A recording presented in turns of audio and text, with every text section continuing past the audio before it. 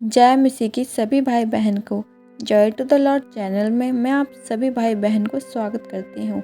आज की वीडियो में हम जानेंगे कि मूसा कौन था। वीडियो स्टार्ट करने से पहले चैनल को लाइक, शेयर और सब्सक्राइब ज़रूर करें।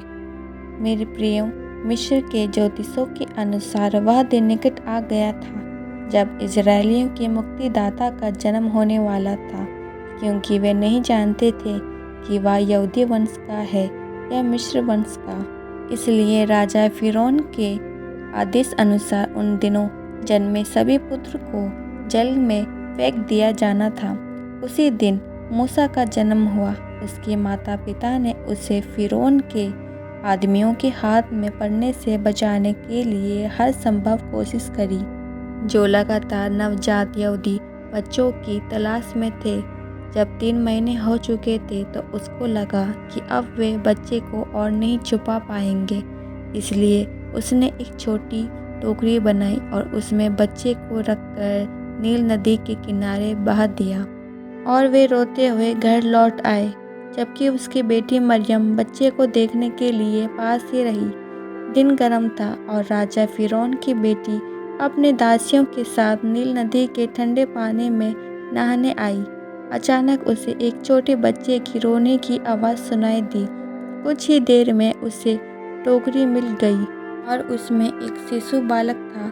बालक की सुंदरता देखकर फिरौन की बेटी मोहित हो गई और उसने कई उपाय ढूंढने की कोशिश की कि कैसे उसे अपने पास रख सके और उसे मृत्यु से बचा सके, क्योंकि वह समझ गई थी कि यह बालक एक यहूदी परिवार में जन्मे हुए में से एक है और इसलिए उसे दंड की आज्ञा दी गई है।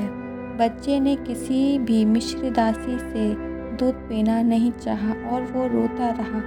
तभी मरियम राजकुमारी के पास आई और बच्चे के लिए एक यहूदी दाई लाने का प्रस्ताव रखा। फिरौन की बेटी इस समाधान से खुश हुई। मरियम दौड़कर घर आई और अपनी माँ को बुला लाई, जिसका परिचय उसने एक अनुभवी दाई के रूप में कराया। 2 साल तक बच्चा अपने माँ की देखभाल में ही रहा।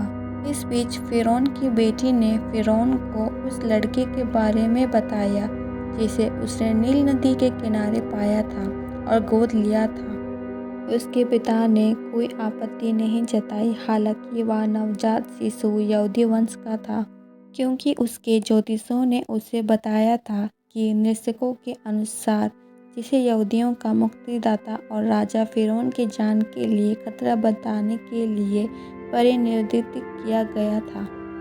इसके अलावा उन्होंने आगे कहा, इस लड़के की नीति पानी के कारण मरने ही थी।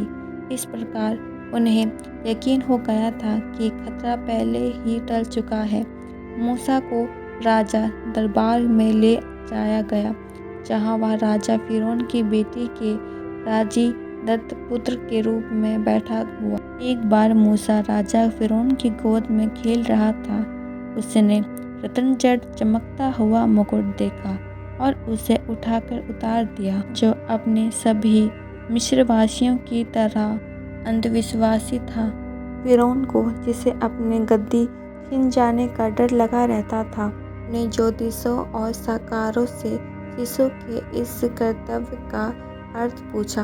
उसमें से अंतकाश ने इसका अर्थ यह निकाला कि मूसा फिरौन के मुकुट के लिए खतरा था। और उन्होंने सुझाव दिया कि बच्चे को कोई नुकसान पहुंचाने से पहले ही मार दिया जाए, कि पहले लड़के की परीक्षा ली जाए और देखा जाए कि क्या उसकी यह हरकत किसी बुद्धि प्रधानता से प्रेरित तो नहीं, या वह भी किसी अन्य बच्चों की तरह चमकीली चीज़ों को हथियाने की कोशिश तो नहीं कर रहा। फिरौन इस पर सहमत हो गया और युवा मूसा के सामने 2 कटोरे रखे गए। एक में सोना और रत्न थे और दूसरे में थकथकाते अंगारे।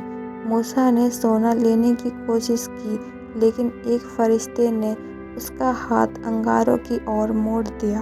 मूसा ने एक थकथकाते अंगारों को छीनकर अपने होठों से लगा लिया। उसके हाथ और जीभ जल गए, लेकिन उसकी जान बच गई। उस भयावह परीक्षा के बाद मूसा को थोड़ी वाणी दोष का सामना करना पड़ा। वह वक्त तो नहीं बन सकता, लेकिन फिर भी उसके शब्द का महत्व था, क्योंकि उसके होठों से ईश्वर का ही नाम निकलता था। आमीन, हालेलुया। परमेश्वर आप सभी भाई बहन को आशीषित करें।